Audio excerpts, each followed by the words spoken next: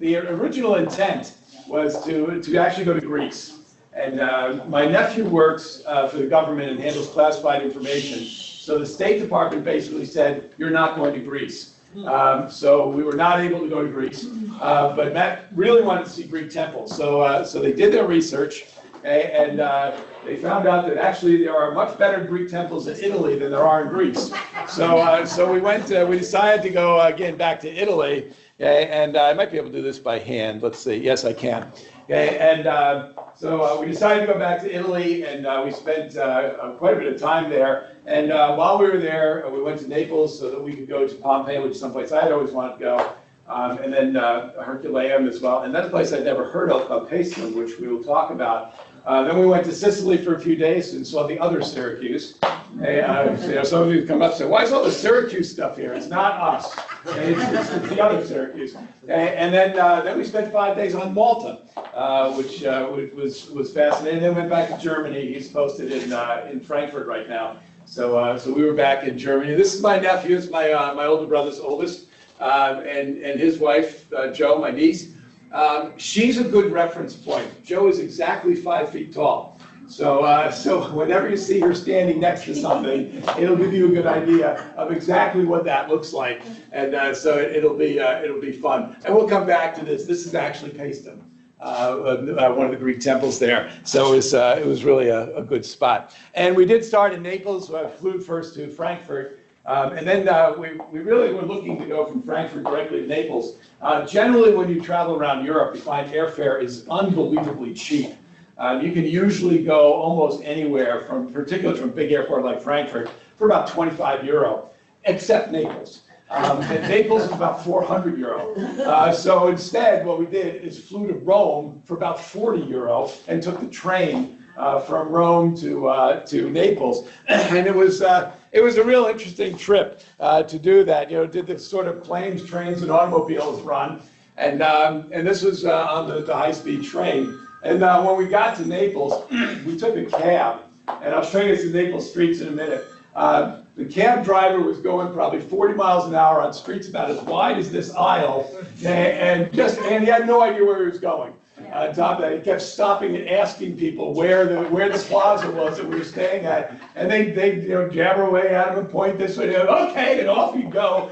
And it's just like we're just going to die on this trip. We're never going to make it. But it was we did, and it was fun. And this was where we stayed. We did the Airbnb route, which is actually a very, very good way to travel. It's much, much less expensive than hotels. And the hotels in areas like Naples tend to be out on the fringe. We were right in the middle of the restaurant district for a very reasonable price. This was the Airbnb here. Whoops. And this is, thank you, sir. Okay, this is the Airbnb right here. It was called Rochelle. It was in a building that was built in the 1500s. The inside, of course, was all remodeled, very nice. We each had our own room opened onto a common room. This is bed and breakfast, so they did serve breakfast, but they're Italians. They don't serve breakfast till about 9 o'clock in the morning. We're Americans. We're already on the road by 9 o'clock, so we missed breakfast, but that was okay. But this is a fairly typical street during the day. Whoops, and I'm doing this too. Here we go. If I hit the right buttons, it works better. Just to give you an idea of, or not, let's try this. All right, I'll point. I want you to look at this. This is a pigeon.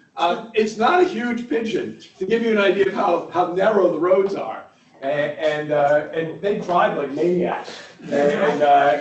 So this one had these had stanchions here, but that doesn't stop the motorbikes from going up the sidewalks. They really do have to be careful. Yeah, and we were in the middle, actually, of the pizza restaurant district, which is interesting. There are various districts there. We were not terribly far from the Naples National Museum, which is why we chose this place. We wanted to be able to walk. Parking was really interesting. We had to park about a mile away. We did rent a car. Gave us a lot of flexibility. This is what it looked like at night. And it's on top of the fact you have hundreds of people on these narrow streets. You have cars and scooters and all kinds of stuff.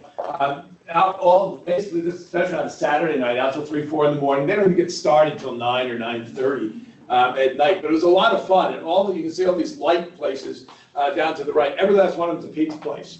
Naples prides itself as the inventors of pizza, and there's a lot of competition among these places, so the prices are excellent. The food is unbelievable. The pizza is excellent, everything else that goes with it. There's a lot of that has to do with the fact that it's volcanic soil from Vesuvius. The tomatoes really are sweeter. There's no question about that. And the wine, after the third one, who cares? It was just a lot of fun. The wine was very, very good, particularly the reds. This is one of the ones we really like. This is actually just outside our door, practically. It's called Donna Sofia. And we went there actually a couple times. And the second time, I'm thinking, okay, why is it called Donna Sofia? And then I actually happened to look at the wall, and every picture there was Sophia Loren. Okay, and so I asked one of the guys working there, I said, does she come here or something? Oh no, we just like her. And he said, apparently so, but apparently she was from Naples. And then when she came to stardom and all that stuff. And you notice that this is a food cart. Because the restaurants are so small, they're very narrow. And again, if you look very closely, that's me standing in the doorway. Probably as wide as maybe from the table to the piano here, not very much distance. And then they go deep. But it's easier to eat on the street a lot of times. So they all have a street cart as well. And it's just a lot of fun to go up and down the streets and see the little shops and the stores. And we'll come back to that idea of these little storefronts as well, because nothing has changed in about 2,000 years. They do feed you. We were late one of the nights that we were there, and so Joe thought she would, I'll just have a little calzone. Oh, yeah. Well, there ain't any such thing as a little calzone in Naples. The three of us could have eaten this, but I love the expression on her face right there. That's great. But it was really fun. The food was excellent. She managed to eat this whole thing too. It was really good. And we found ourselves, when you order pizza, you don't order slices. You order a pizza. This was actually a small one in front of Matthew here. But we happened to be there with a whole lot of Norwegians for some reason. It was not tourist season. The reason to go in February was to kind of avoid tourism. That really worked to our advantage in a lot of the places we went, especially when we went to Pompeii, because there's nobody there. We were there.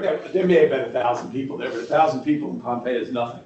It was really it was a great time to go. But the Norwegians were all there, so we had a lot of fun with them. It was interesting to chat with them. So they helped us by taking out pictures. And you'll notice that my nephew and niece are from Maryland. Except for the Norwegians and me, everybody was, you'd think it was dead winter when it was 65 to 75 degrees. And once it's 75, I'm wearing a t-shirt. Those people are looking at you like, where's this guy from? So it's like, it's all right. So it was fun. But the food is just absolutely spectacular. One of our purposes, of course, was to go to Pompeii, which is not very far from Naples. It's actually just across the bay. Vesuvius is the very dominant feature of that whole area, and I'll show you some pictures of that in a minute. And this was the very first view of Pompeii. It was early in the morning when we got there. We did hire a private guide, which was an excellent idea. And my niece found this agent. It was not very expensive at all. It was like 40 euro, which included 15 euro for the admission, and then she was 25. Euro, and so it was really well worth it. We had her for 3 hours, but she liked us, so she stayed for 5. And she had worked. Actually, I got a picture of her somewhere. There she is, Claudia. She actually was an art history major, which was nice. So is Joe, my niece, is also an art history major. So Matt and I got a lot of lessons in art history, which was nice. But she had also worked on a lot of the archaeology in Pompeii, so she was able to take us places that the public ordinarily wouldn't be able to go. And again, because it was such low pressure, because it was off season, we could go all kinds of interesting places. Her English was excellent, and it was really, really well worth doing that. So I really encourage you, if you do go, the private tour is not bad. You can have a group of up to, I think, 7.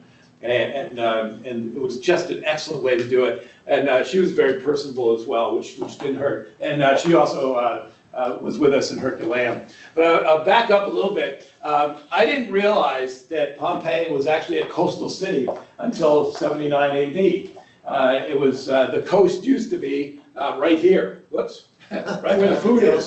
Yeah, I guess I'm not going to be able to do that very successfully. But these were actually docks right here. Once Vesuvius did what it did in 79, Pompeii now sits 2.5 miles from the coast.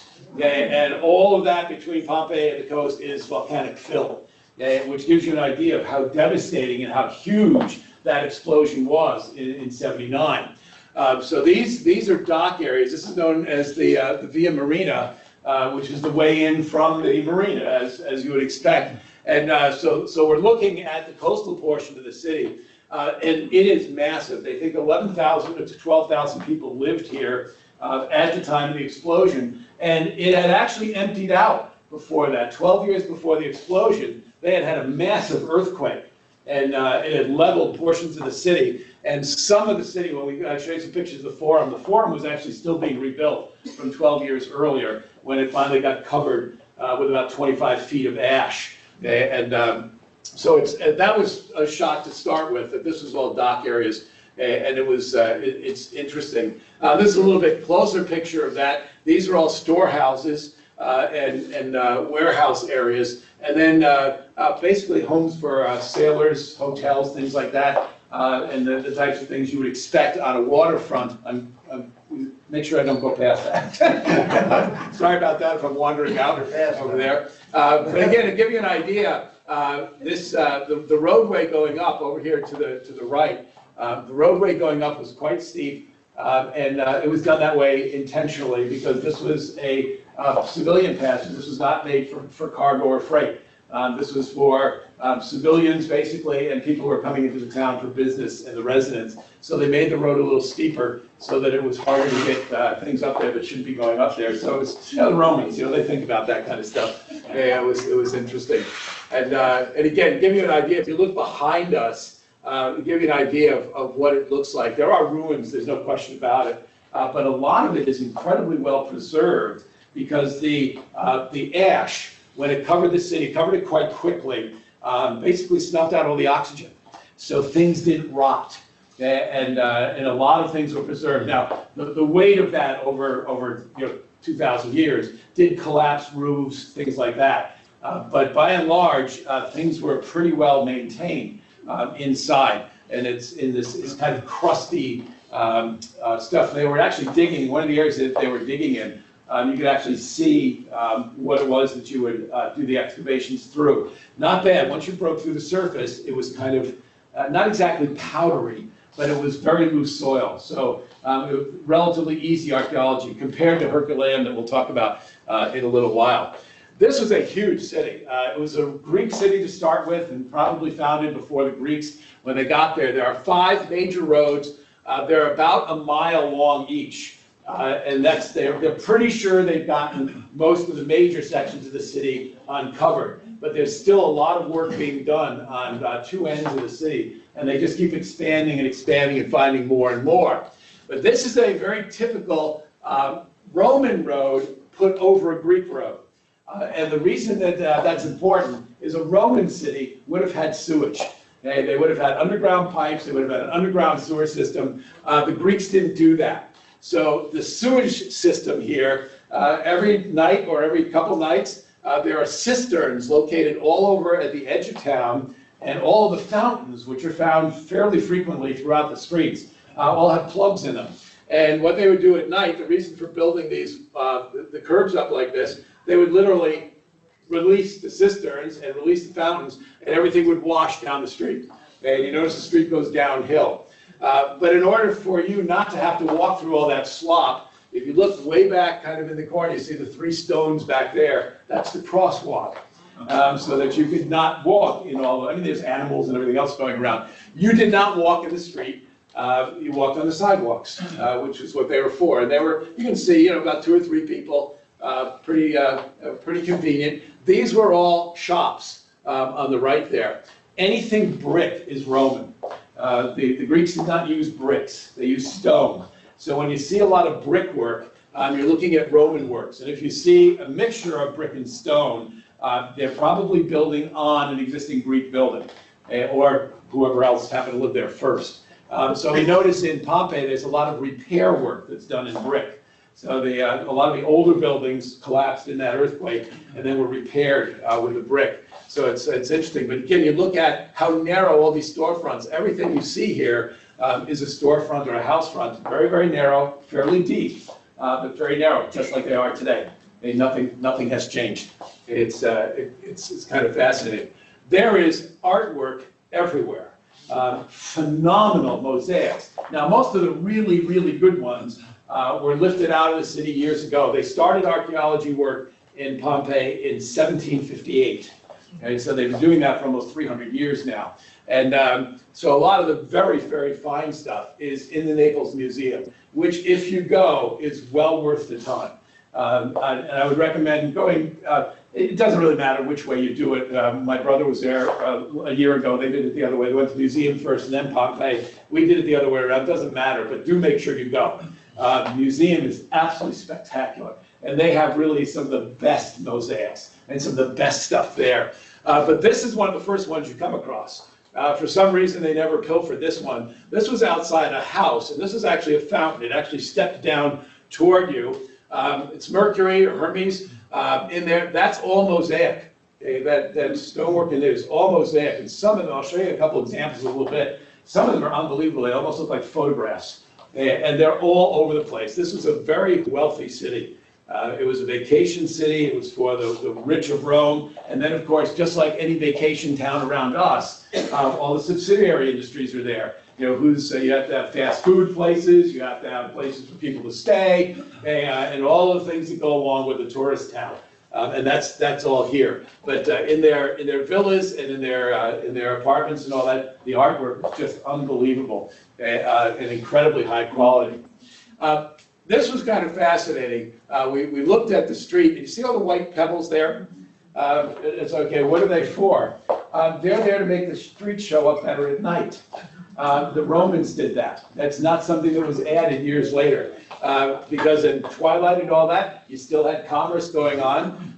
So they would put these very shiny white, down to about, not quite the size of a cobble, maybe the size of a tennis ball or so, put them in all these areas in the street. They also smoothed down the stones. For years and years, they assumed that the stones were just worn down over time. Absolutely not. Apparently, they were carved this way. And it's hard to see here, but there are actually grooves in these stones as well. And again, the thought was for many years that was just the wear and tear on the stones. Stone doesn't wear and tear that way. They've now more or less discovered, when they found some quarries, that the grooves were actually carved.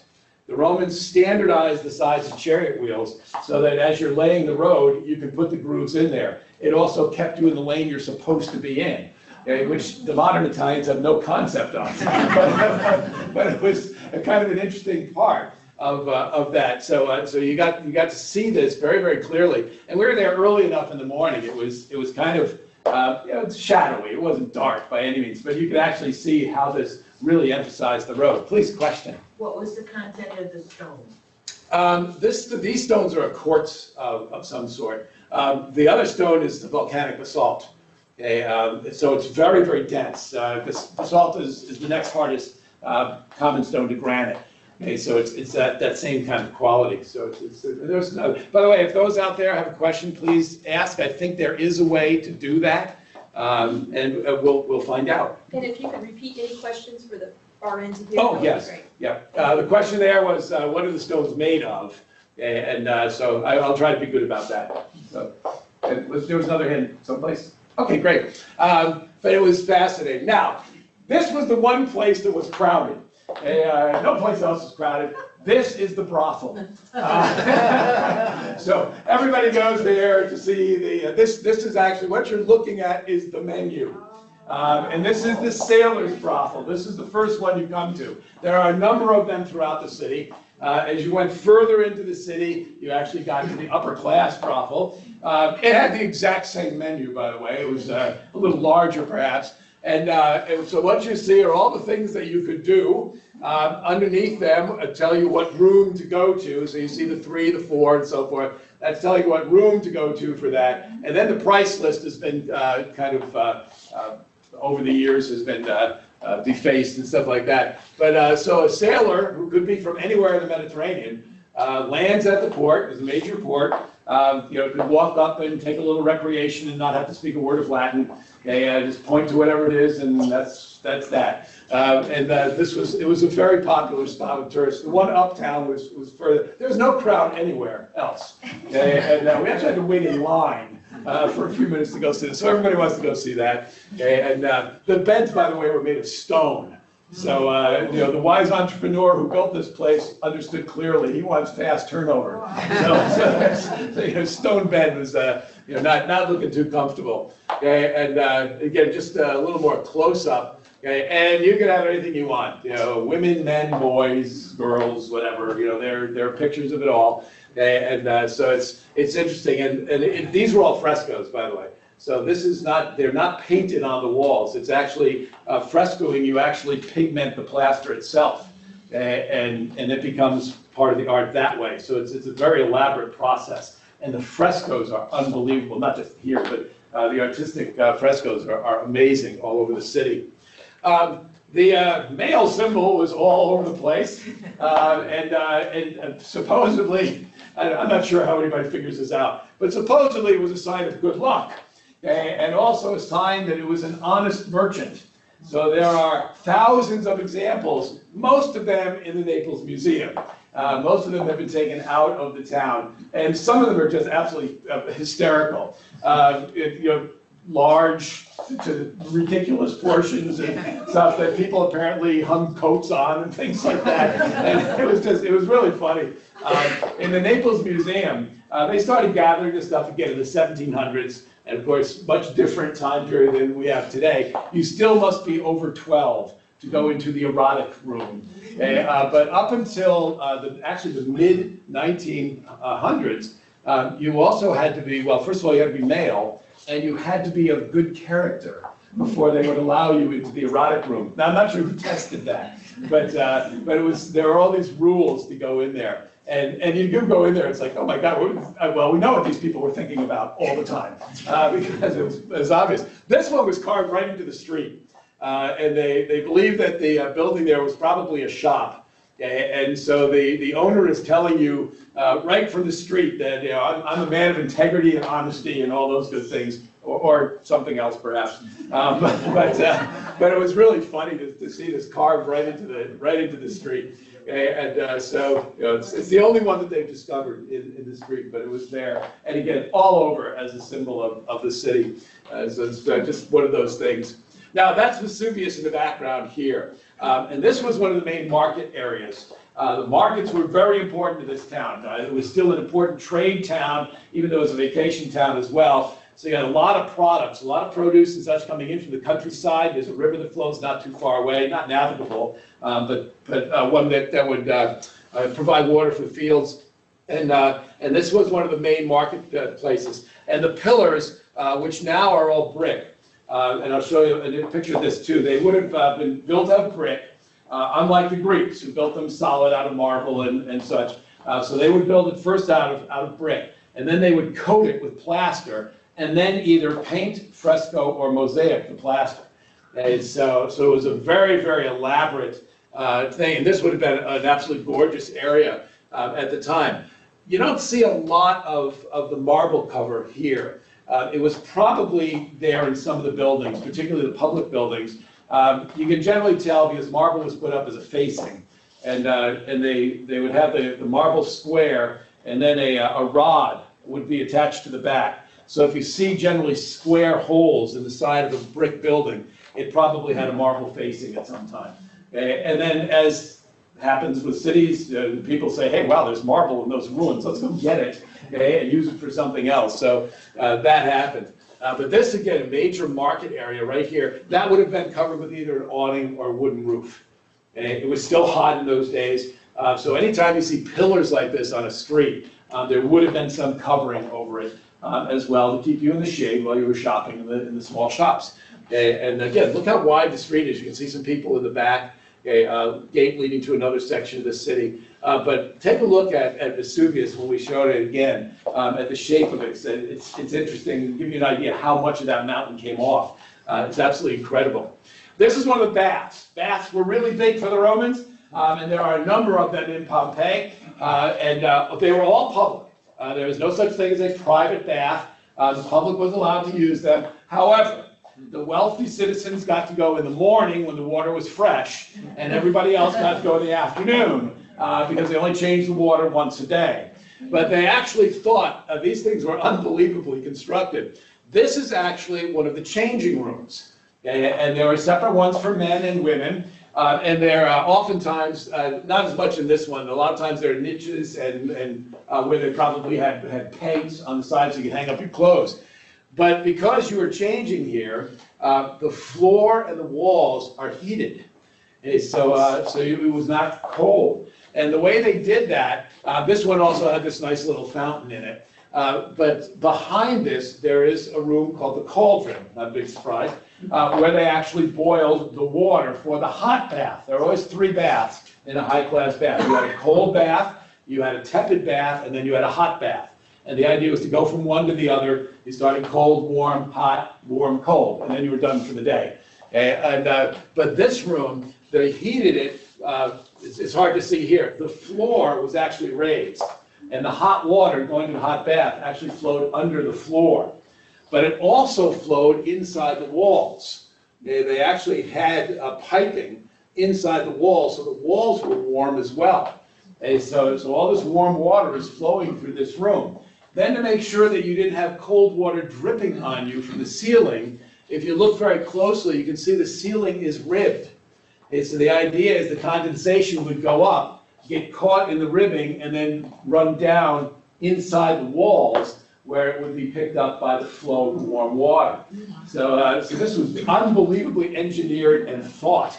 And then the artwork, this is where some of the incredible mosaics are. This one had been removed. The mosaic here is actually in the museum. But there are phenomenal mosaics on the floors, often with a nautical theme of some sort. And then frescoes on the walls, often hunting scenes, things like that. And so the baths were incredibly elaborate. Okay? And they think inside this niche was probably all mosaic at some point. And that's just gone. This is how they raised the floor, exactly the same way you do it today, if you were going to do it with tiling. And the tile is even scored the same way we do it. You don't lay tile on top of tile with ground in between. In order to make sure it holds, you actually score it, and generally with an X. That's exactly what they did 2,000 years ago. Done exactly the same way. And the warm water would have simply just flowed underneath this to keep that floor warm. That's pretty smart. That's pretty smart. And we did see that all over. Some of the baths in some of the smaller cities didn't have the tepid bath necessarily. You always had the hot and the cold.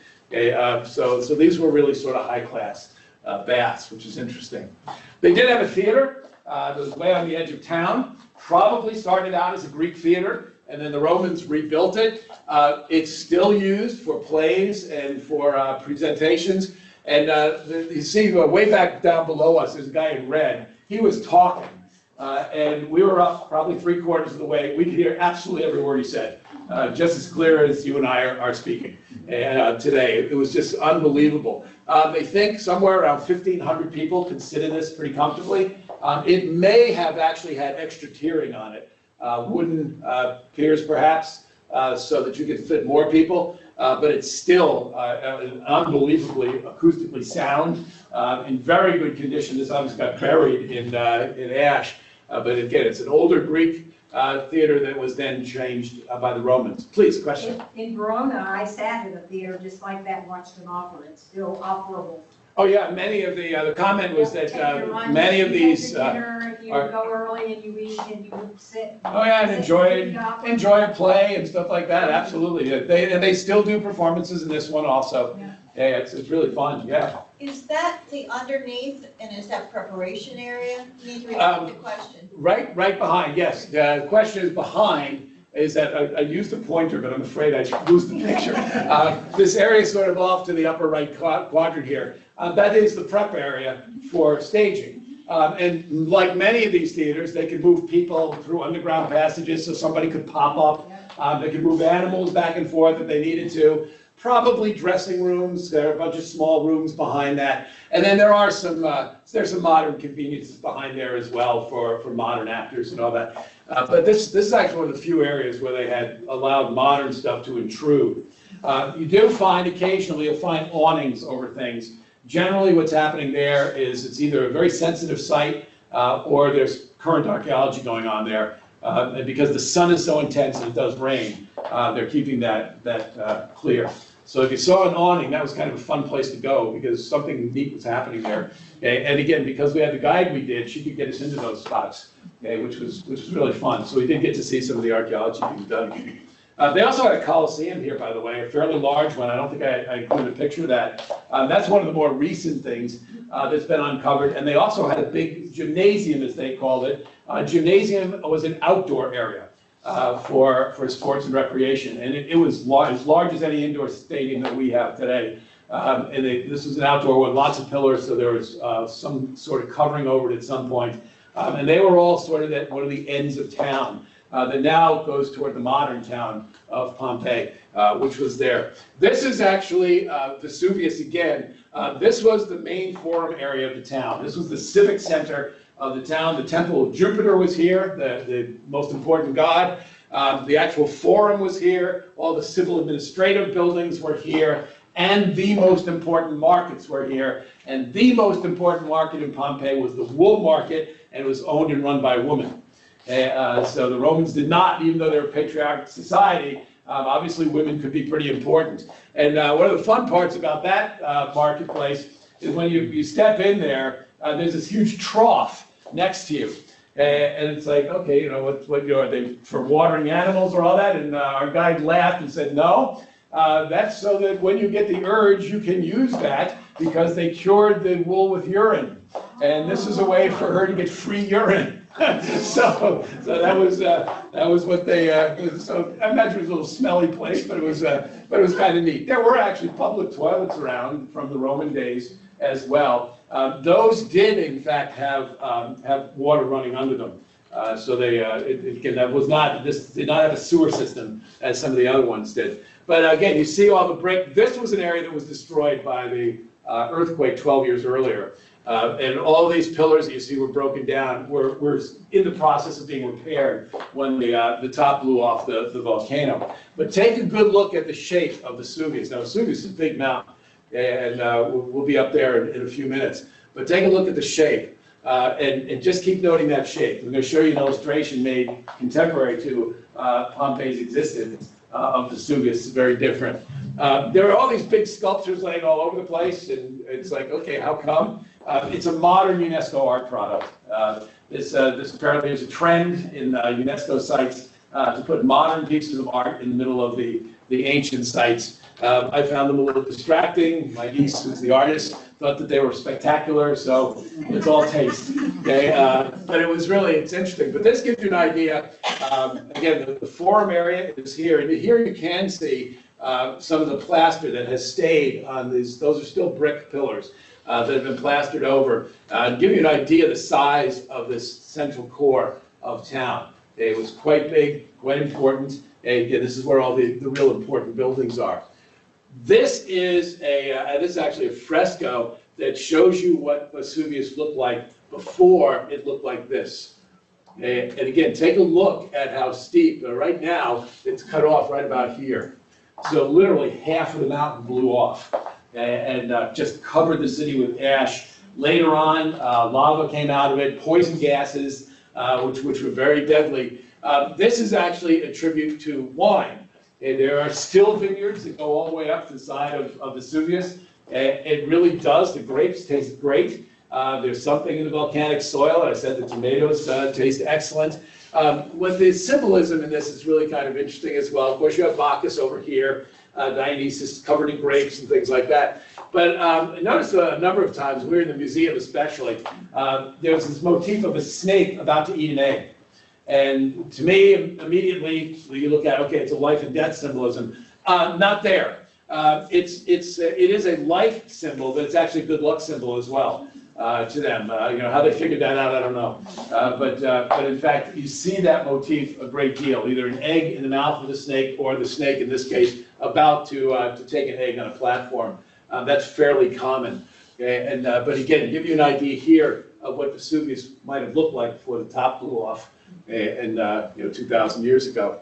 One of the things we do note, and a lot of people go to see, are the casts. They discovered in the 1700s, when they were doing the excavation, that in certain areas, particularly in houses, these are all members of one family.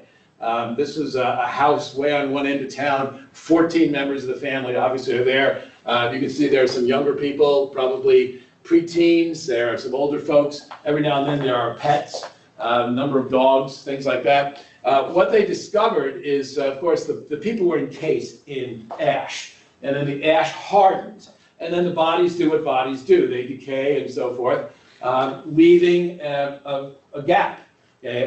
In essence, a cast of the person. So starting as early as the 1700s, and very much in the 1800s, they actually started filling these when they discovered them. They drill a hole in them, fill them with plaster, and then break it apart. And what you end up with are these casts of the people. You can see what they're wearing.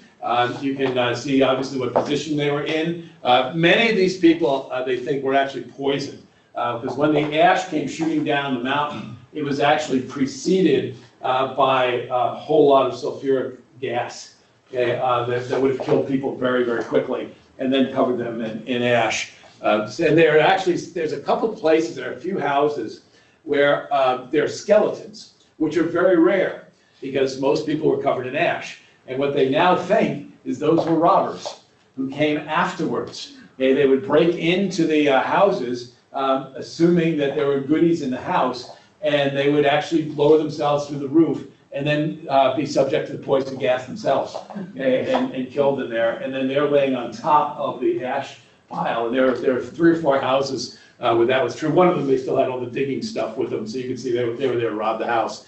Okay, but this is something, they're all over. There are hundreds of these casts. These happen to be in one of the house sites there. There's outside displays. Some of the better ones, the more detailed ones, probably the ones you've seen pictures of, are actually in the Naples Museum.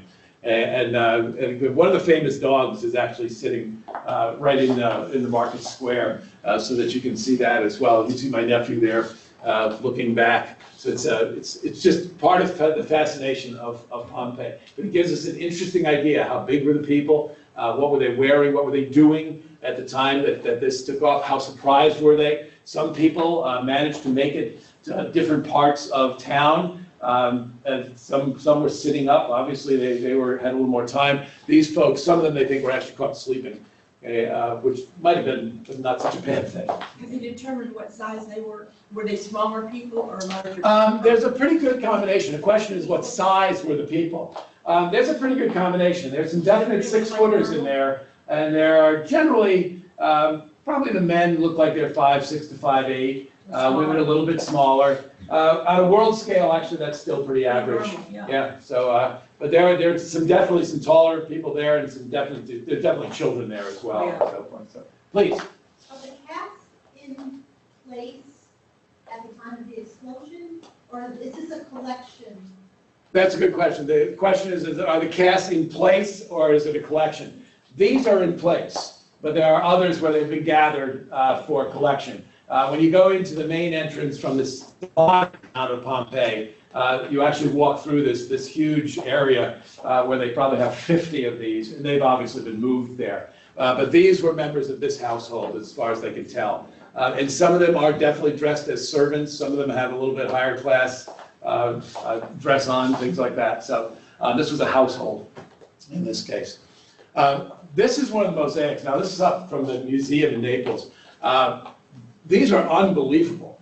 These came out of the houses and out of some of that, just the work on this. That's about the real size, what you're seeing in front of you. So this is an enormous piece, but the detailing is just unbelievable. And that's where most of the really famous sculptures and things are that came out of Pompeii. My dog actually happened to be living in Pompeii 2,000 years ago. I just laughed when I saw that. Those of you that saw my program Roman Germany. She was also apparently in ancient Egypt. But I just laughed when I saw this. That's my dog. And the famous Cava Canem floor, that's actually a piece of a floor that is in Pompeii. That sort of looks like her too, especially with the white throat.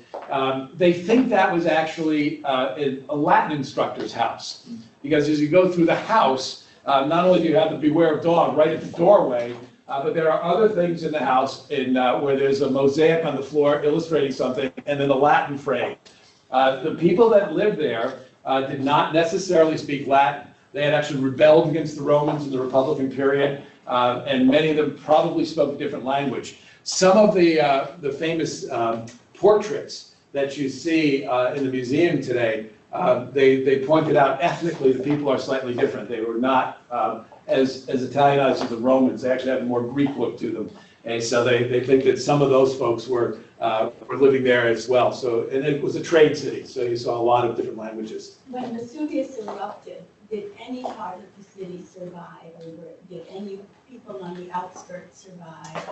Any record of that? The question is, when Vesuvius erupted, did anybody survive? Apparently not in the city, but Pliny the Younger actually saw it from a distance. And the best description we have of what actually happened is his. He was some 20 miles away or so, but could see the whole thing. And his father, Pliny the Elder, was actually killed in the explosion.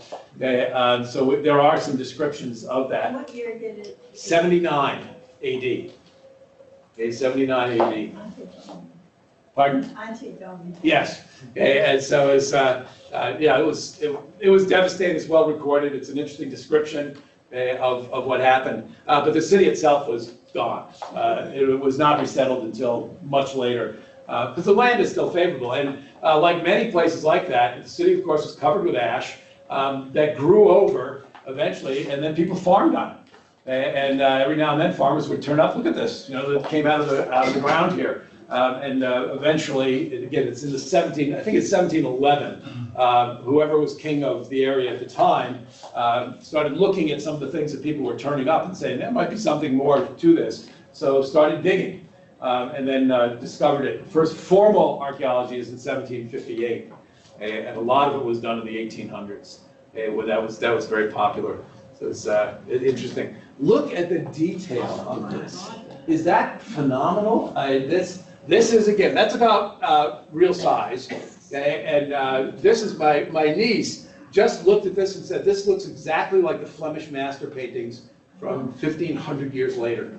And it does. It gives the cat, the eyes that just sort of pop out at you, the claws on the cat's paw. This is mosaic. It's not the whiskers on the cat, almost the individual feathers on the birds. Just phenomenal. There are a few pieces of mosaic and there are a few frescoes that are signed.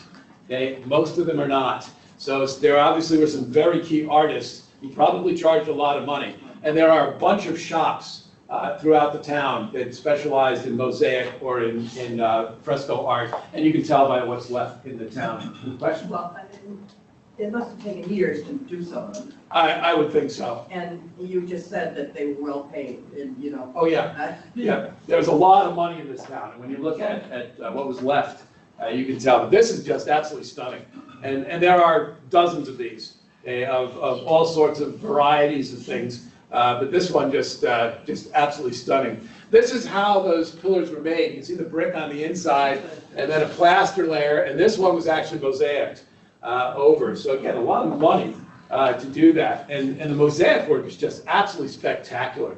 It's just incredible. I wondered how they got them round. Good question. With a square brick, I was wondering how they got them round. You'd cast them round. The bricks are cast. Oh, they're cast. So you can cast them and shape them before they're fired. Okay. But yeah, because all the pillars are uniform. I mean, these are the Romans. Everything's standard. Okay. So the pillars are all uniform. So they were casts. Okay? These statues came out of what's sometimes called the House of the Faun. We've renamed some of these houses based on what's been found in them. There's a real fine sculpture of a Pan-like figure, the faun. But there are also about a dozen life-size, these are bronze statues, but they had eyes like this that were just creepy, to be honest with you. You know, you're in the room and all of a sudden all these statues are staring at you. And if you move your head a little bit, the eyes will follow you wherever you're going. It was just creepy, but it was interesting. They're all life-size. These are dancers. There were 4 women dancers. There were some young boys running a foot race. That was really an interesting piece. There were a couple men as well. But again, it was the eyes, and I think that shell that was put inside so that the eyes would pop out at you, and it was just really intriguing. Again, just a little bit of wealth showing in that case. In Rome, I think they're alabaster. They might be. Yeah. They might be. Okay, they might well be. Okay. This is the Naples Valley from Vesuvius. We did climb Vesuvius the next morning, and there are about 800,000 people here. Vesuvius itself is one of the most watched volcanoes in the world. And there's all kinds of monitors all over the place. There are earthquakes there occasionally. The guide here was telling us that, in fact, nobody's worried about Vesuvius. There are 2 other volcanoes that are hard to see because it was cloudy. There's one on an island. They're not worried about that one either. But there's also one way at the top of the center picture that they are worried about.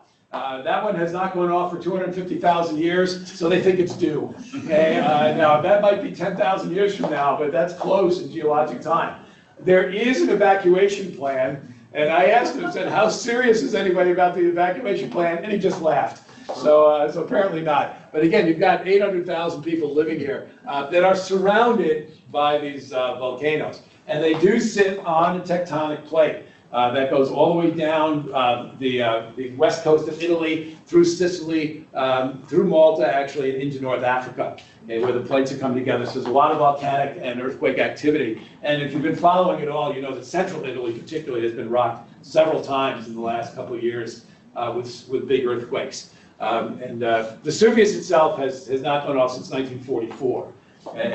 When American troops were there. Nonetheless, it still steams everywhere. Supposedly, the magma itself is about 30 kilometers below the ground, about 18 miles below this level. But obviously, the rocks are still hot. It's steaming like crazy as we went through.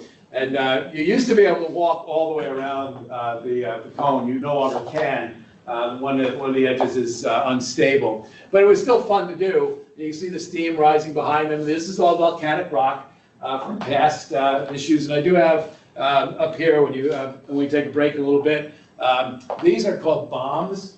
They blew out of Vesuvius at some point, and there's little round circular things, but they all have crystals in the inside, which is really neat. And so for €5, I have a piece of Vesuvius. You weren't supposed to pick anything up, and I don't know, it must have ended up in my shoes. Yeah. I just have like 3 or 4 pieces of volcanic rock. Yeah, funny how that happens sometimes. The cone itself, in that 1944 explosion, the dome used to be right up about where you can now walk around the path. The dome collapsed about 800 feet. So you're actually looking down here about 800 feet into the cone of an active volcano. And and you can see it's greened up. There's a lot of lichens and things like that in there. It is definitively warmer inside the cone than it was outside. It was actually cold outside, maybe in the low 50s and windy. Okay, but it is an interesting thing to walk around. You get all the way around to one end, and you're supposed to have a celebratory limoncello. Not a bad idea. Okay, it was fun. Okay, and for those of you who don't know what limoncello is, you're missing something really good. And we'll talk about that a little bit. This is Herculaneum. Now you can still see Vesuvius in the back, slightly different angle. Herculaneum, was further south, not much. They missed the ash. That hit Pompeii, which is 10 miles maybe further north. They, unfortunately, a couple of years later, got buried in 70 feet of lava. So it was an entirely different episode. Again, this was a coastal town. It's closer to the coast than Pompeii is. It's a few hundred yards now. But this was discovered in the 1700s, and archaeology here is a lot more difficult because you're going through 70 feet of rock at this point to get to that. That's the modern city of Herculaneum behind. So they know that the ancient city goes much further back, but they're not going to undermine anybody's house to get to it. So again, and this was another seaside, fairly wealthy community. This is the rock, that's 67 feet. You can go down the ramp, or they've actually carved a tunnel for you. And what we're seeing here was the waterfront at one time. And it's still swampy in that area. But that's all lava that flowed, and flowed fast. And there are hundreds of skeletons at the edge of their storehouses about where this ends. Hundreds of people made it down to the shore, and then basically were killed by steam as the volcanic lava hit the water.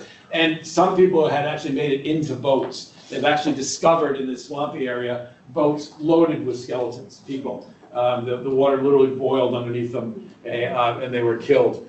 So it's a tragedy. This again was just spectacular. The wealth was incredible.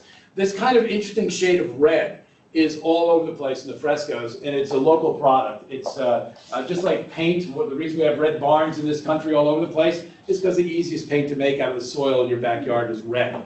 The same thing is true here. It's actually called Pompeii red, and there's also a Pompeii yellow that you see a great deal as well. It was the cheapest pigment that you could get, and it's very attractive. It's a really magnificent color. One of the neat things about Herculaneum, the lava, of course, came down, hot as lava would be. The wood caught fire, but then the wood itself was buried in lava, so there was no more oxygen. So the wood charred, but did not burn up. So we had all this preserved wood, which you don't see in Pompeii. And in a lot of the other ruins, wood obviously eaten away. But we have an excellent idea. You can see exactly how they structured their doors, their windows, how they in fact used wood to support the structures. A lot of the houses in Herculaneum were 3 stories. There would be a shop on the first story. Probably the shop owner lived on the second story, and then they rented the third. And you still see that pattern all over Italy. That's not unusual. But the doors were unbelievable. These are pocket doors. It actually is a 3-tiered pocket door. So it would open up, the first door would go inside a second, and then the 2 would go inside yet another one.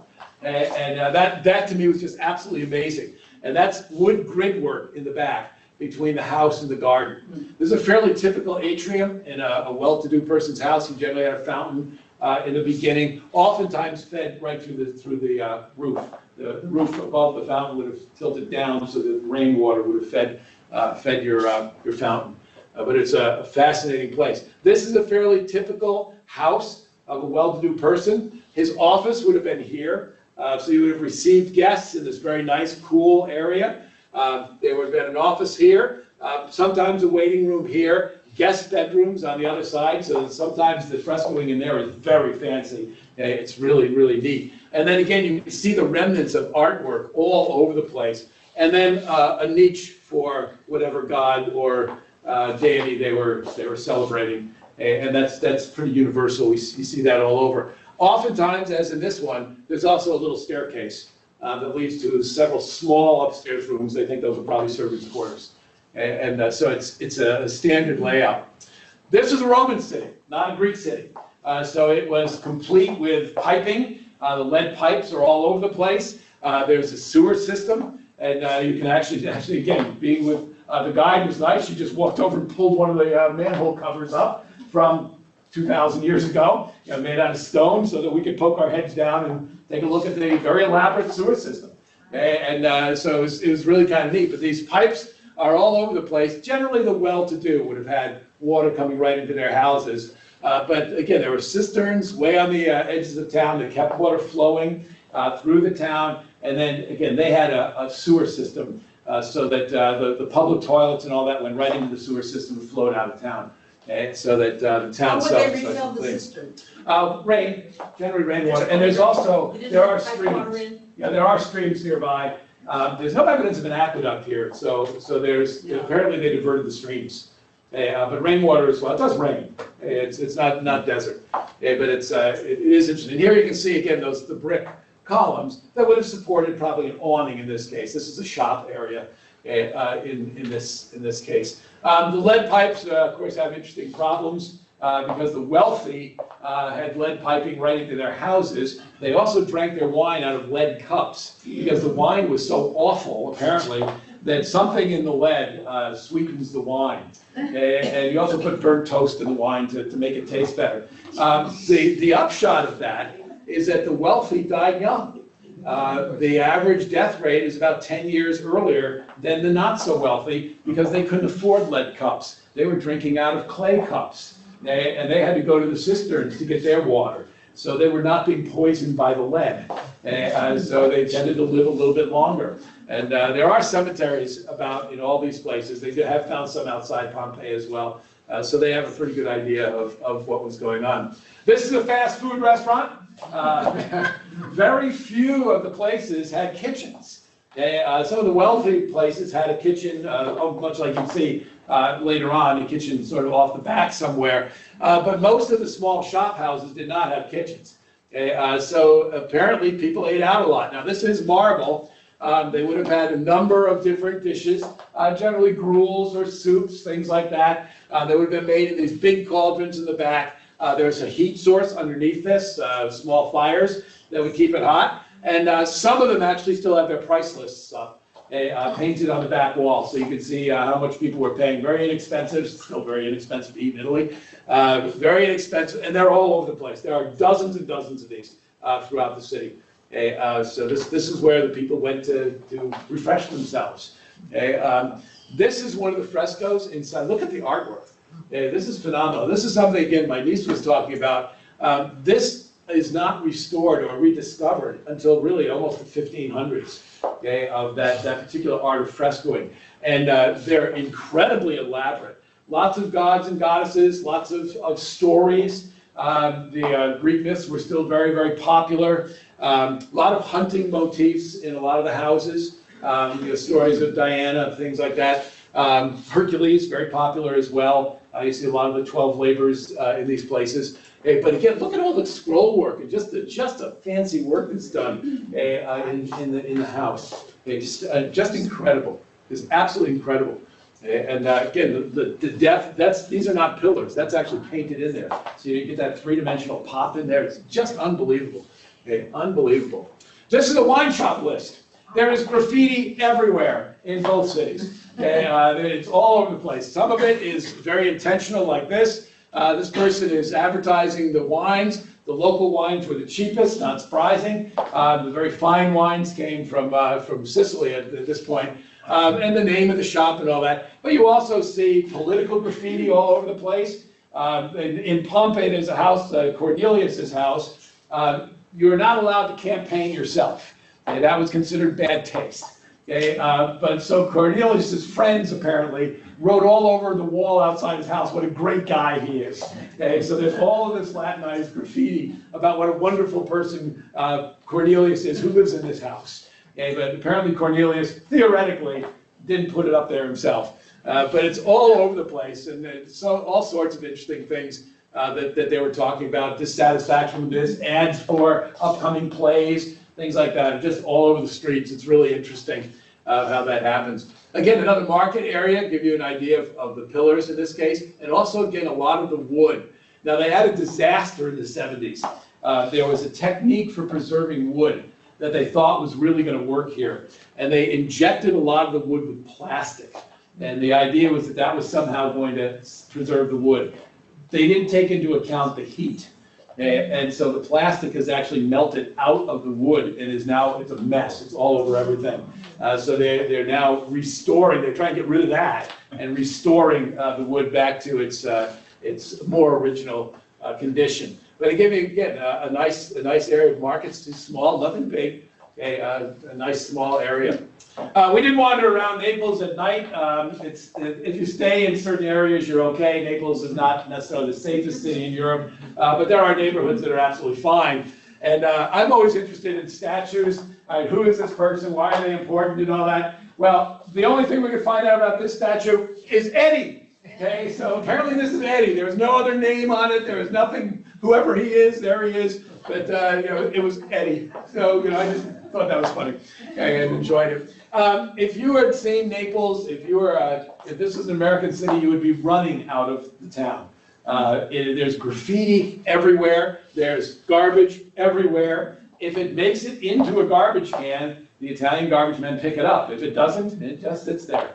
And so very narrow streets, very dark. They do not light the streets at night terribly well. That's my nephew and niece. That was their apartment. And in the house that we were in, it was kind of went over this arch. And there was a huge churches everywhere. There's a church on every corner practically. I'm actually standing in the churchyard to take this picture. But you can see the graffiti and the kind of the garbage from the night before, and it just sits there. That's my room. I have no idea who lived next door to me, but I was a pretty quiet neighbor. They weren't. So, but it was kind of an interesting place to stay. And again, the building dated from the 1500s, which was interesting. This is one of the oldest standing churches in Naples. Remember, Naples has been leveled numerous times by earthquakes as well. There's a huge earthquake in 1693 that basically from Naples south, right through Sicily, Malta, into North Africa, leveled everything. So you see a lot of the cities as you're driving around, particularly in Sicily, a lot of the architecture starts in 1694. So they're still standing, other stuff standing, but the architecture isn't. This church actually predates that, going back to about the late 1400s. But one of the kings decided to restore the church, and in so doing, put this huge monument to himself in front of it, so you can't see the church that he remodeled. And so it's just kind of interesting as you're wandering around, you sort of see these things, give you an idea of what some of the neighborhoods look like, and in the ancient and the new. Let's take a quick break, maybe 5-6 minutes. Something to drink. When you come back, we'll talk about Pisa, which is a fascinating place. And then we'll get to Sicily and Malta. So about 5-6 minutes maybe. Thanks. Those of you who are out there, take a little break. We'll see you.